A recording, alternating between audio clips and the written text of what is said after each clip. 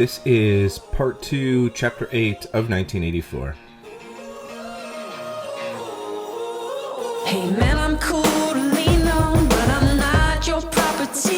See, I'm crushing down these problems, cutting pain with poverty. I'm just trying to catch a free ride from the temple to the tomb. I could really use a rich friend like you. I could Ready, folks. How are we doing? You know, every single time that I do one of these videos, is I always make the mistake of looking like here, which is so vain, because I'm essentially looking at myself, because I'm always unsure of whether or not I'm actually like in frame, or if my head is cut off.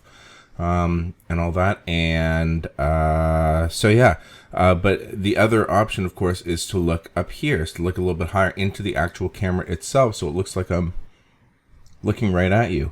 So I don't know if there's much of a difference between this and this, but anyways, this, so vain, right? About a millimeter higher, not vain, right? Vain, not vain. So anyway,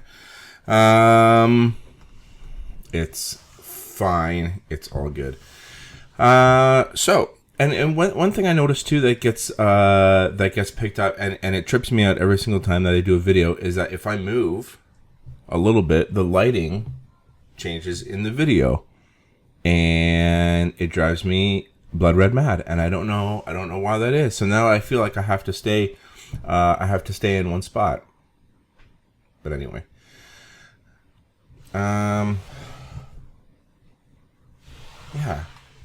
Yeah. Why not a little bit more of me? You know, why not? See, in the past, after doing all these videos, in the past, I would have, like, in order to adjust like that, I probably would have just stopped the whole video and then restarted and everything. But nah, we're not doing that, right? You're gonna get the real me, and the real adjustments, and it is what it is. Okay. Let's get right into it, right? See how I look, and then I looked up, and then the lighting changed. Why does it do that? Okay, all right. Part 2, chapter 8.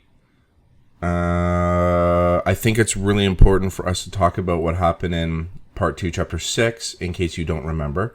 But I made notes for myself again, and maybe I put them here this time, so it makes it look like I'm, you know, like I've got myself organized here. But part 2, chapter 6, if you don't remember, even though it was only 2 chapters ago, is when O'Brien speaks to Winston in the corridor. And O'Brien, when I say O'Brien speaks to Winston, right? Yeah. And O'Brien gives Winston the address to his apartment, in order to acquire the Newspeak dictionary, which Winston thinks is just a plan to get Winston to go to O'Brien's apartment, so that maybe they can work together as if they're on the same side. So that's what, of course, Winston believes, and we already talked about why Winston believes that so easily. 30 years under this regime, blah, blah, blah. So Winston, towards the end of book 2, chapter 6, says that he's unsure of when he's actually going to go to O'Brien's apartment, but that he will, in fact, go at some point.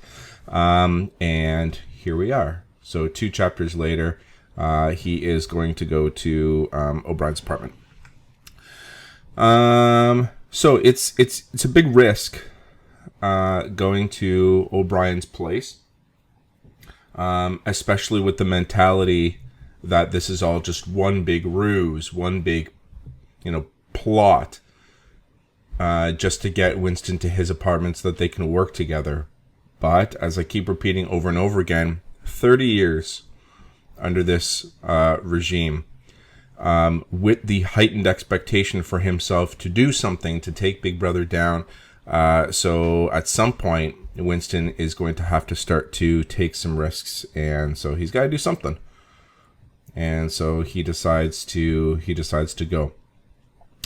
But if you look at the first line of the chapter, it says they've done it, or they did it. They did it at last. They. And of course, as you know, Winston brings Julia along with him. Now, correct me if I'm wrong, but O'Brien didn't say, "Here's my address. Come and pick up the Newspeak Dictionary and bring a friend." He didn't say that. So why Winston would bring Julia is mind-boggling. It's a big enough risk going alone, but then to bring Julia along with you, pretty dumb. Now, of course, we know how the chapter ends. It turns out that O'Brien is actually trustworthy, but otherwise, that could have been a really, really, as I put on the slide here, a really crucial mistake. But I think it just goes to show how much Winston, I think, really trusts O'Brien, and trusts that they're on the same side, that he's willing to bring Julia along so that the three of them can chat together. And he's very, very lucky that this whole meetup between the three of them worked out in his favor. All right, when they get there, there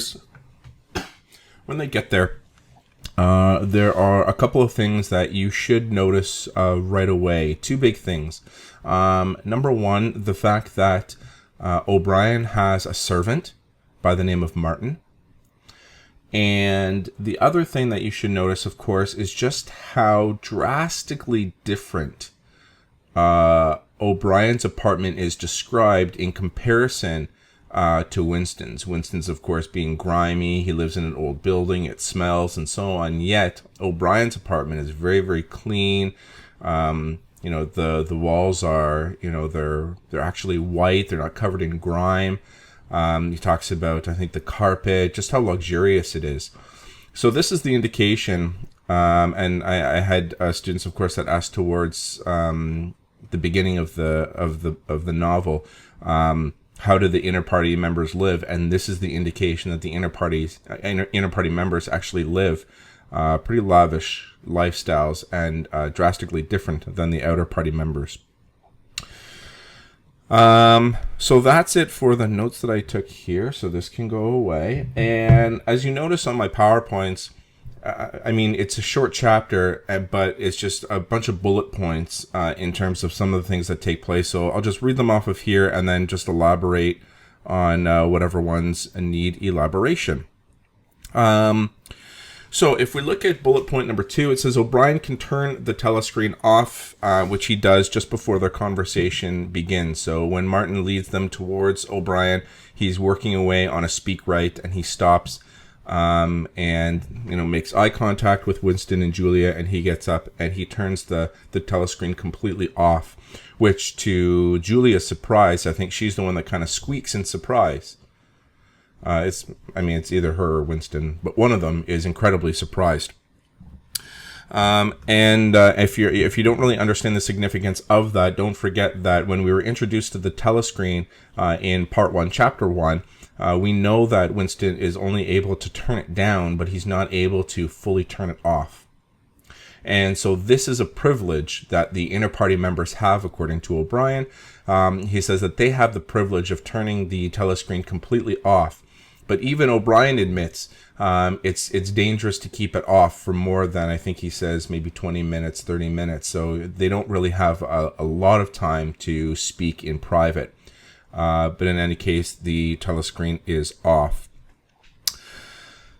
And then there's this kind of awkward moment of kind of silence between O'Brien and Winston. And it's almost like neither one knows who should begin the conversation in terms of actually verbalizing the intent of what this meeting is all about. So there's this kind of moment of like, do you want to start? Should I start? And it's Winston that just lays everything out there. He says, we believe that you are on our side. We are kind of at your mercy. We want to take down Big Brother. We have reason to believe that you do as well. And like I said, we throw ourselves at your mercy. We need your help. And that is the moment that is so scary because it's out there. It's out there now that they are enemies of the party. And it's at that moment, of course, that if O'Brien wasn't on their side, very easily he could have captured them. And so, again, very, very lucky on Winston and Julia's part that O'Brien is actually on their side. And so the conversation begins. And begins also... Oh boy, I'm getting a phone call. Of course I am. Hold on. Hello? Hello? Hello?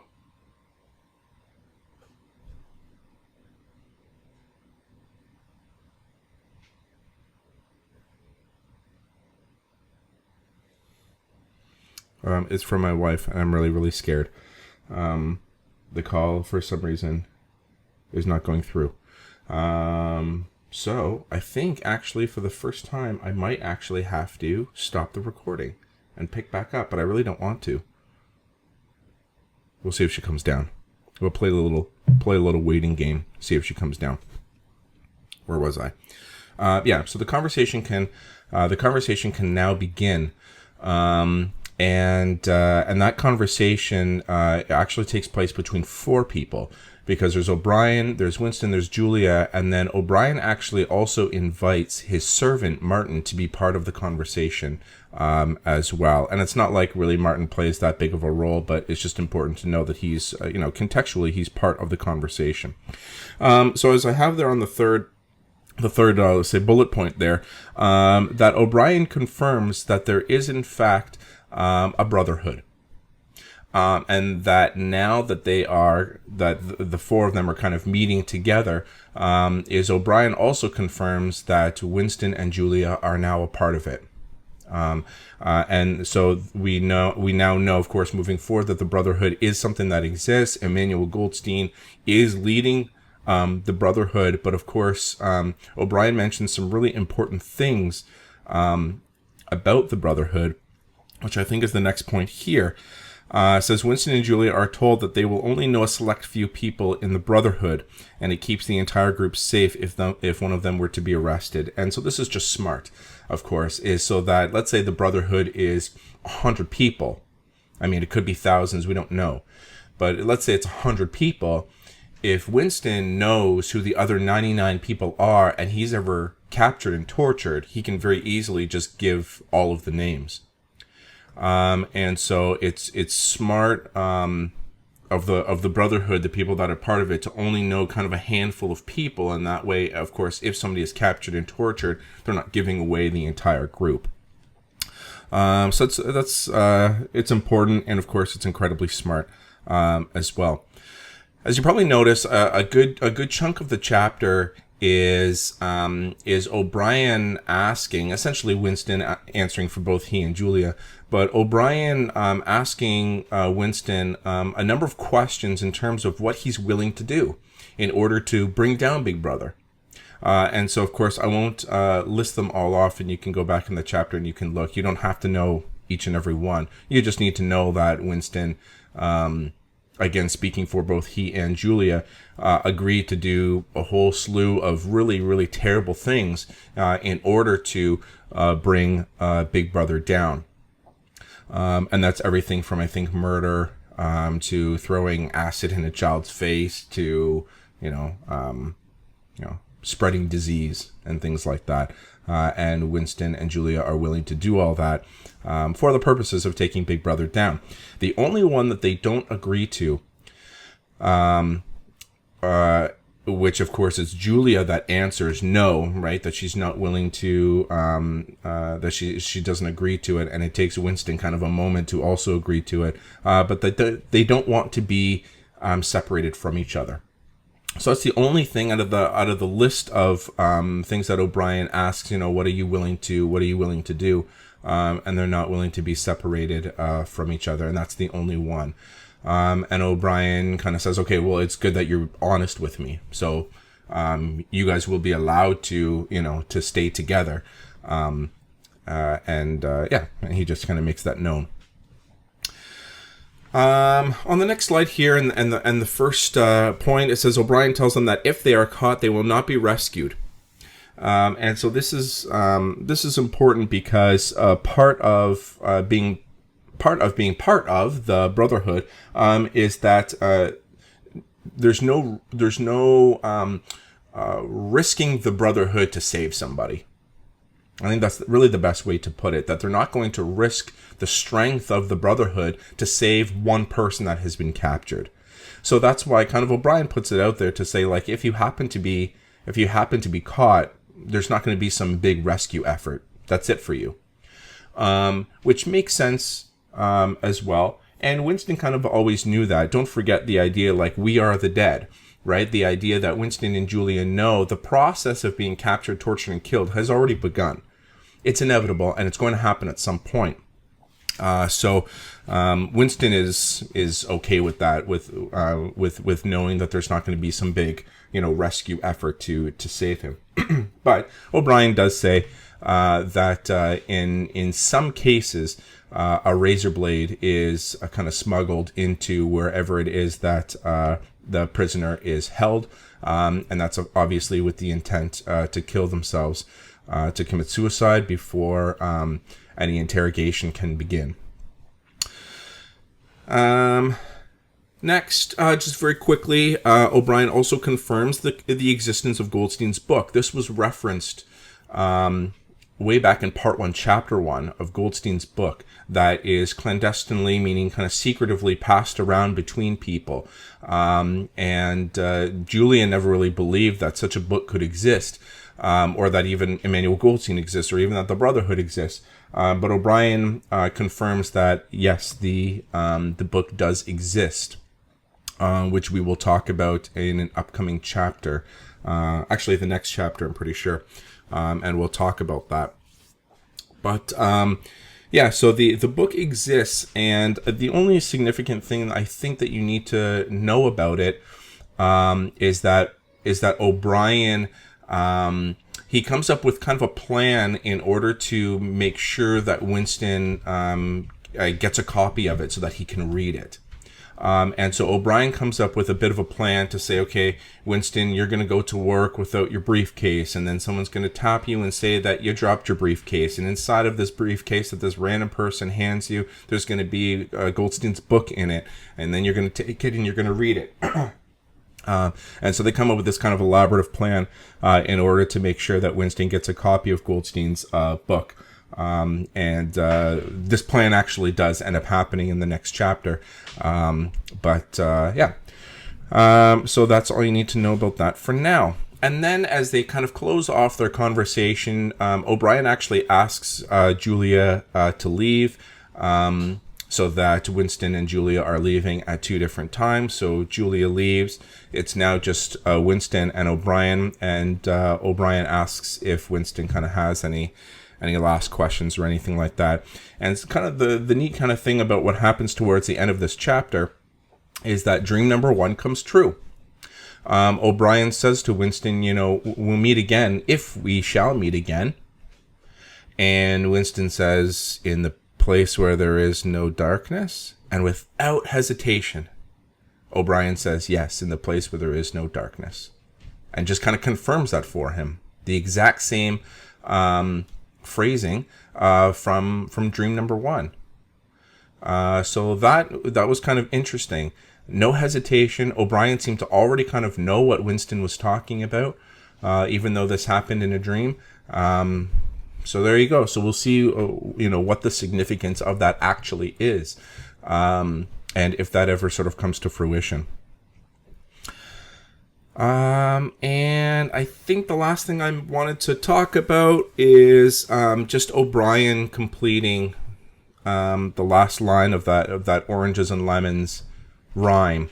And the only thing that I put up here is just that the people that have been able to kind of add to that rhyme, oranges and lemons, say the bells of St. Clements, that whole rhyme. The people that have been able to add to it seem to be people that are trustworthy. So Julia, Mr. Charrington, and now O'Brien. So maybe that's the significance of this particular rhyme. We'll have to see.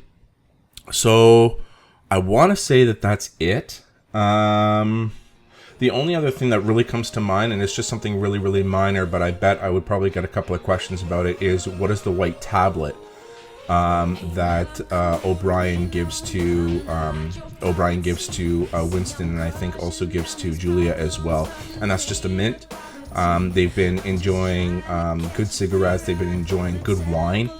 And so he just gives them a mint to make sure that it's not noticeable. The smell isn't noticeable on their breath. And that's really the only question I think that comes to mind. So we close off the chapter knowing that Winston now has somebody else on his side. The wheels are in motion in terms of taking Big Brother down. And so I guess the next step for Winston is to not only acquire Goldstein's book, but to read it, see if there's any information in it that can be valuable, and then, kind of work with the Brotherhood, see what the next steps are in taking Big Brother down. I think that's it. Of course, if you have any questions, if there is a reference in the chapter that you don't understand, then please message me. But there's nothing really that comes to mind. Message me if you need to, and I'd be happy to help. So until next time. Oh, also my wife didn't come downstairs, so I guess that's a good sign. I'm gonna be in trouble.